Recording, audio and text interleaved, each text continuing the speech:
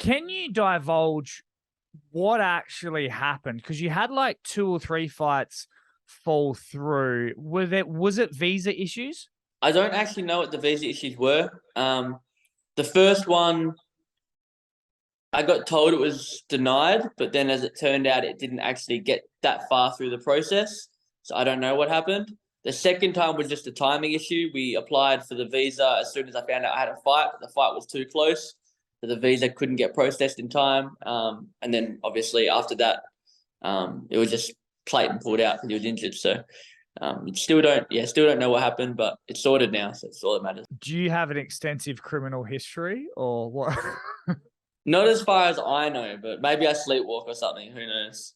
It's weird that they don't give you any sort of reasoning whatsoever, and so you got nothing back. When it gets denied, apparently they're supposed to, but again, it didn't actually get denied, so I don't know what happened. Yeah, it's an odd situation. Would you obviously there's this like that old proverb of like the old Chinese farmer where you don't know if it's good or bad news yet.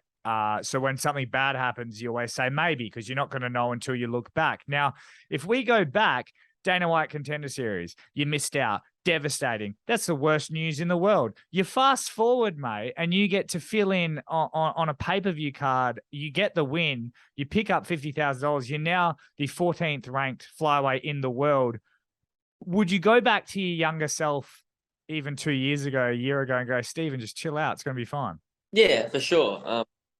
I think I matured a lot over the couple of years that all this sort of stuff was going on, both physically and mentally. So I definitely made a bigger splash this way than I would have fighting on the Contender. So turned out to be a blessing in disguise. What were you like mentally when those fights were falling through? Was it really getting to you, or were you like, nah, it's going to happen. I'm staying strong.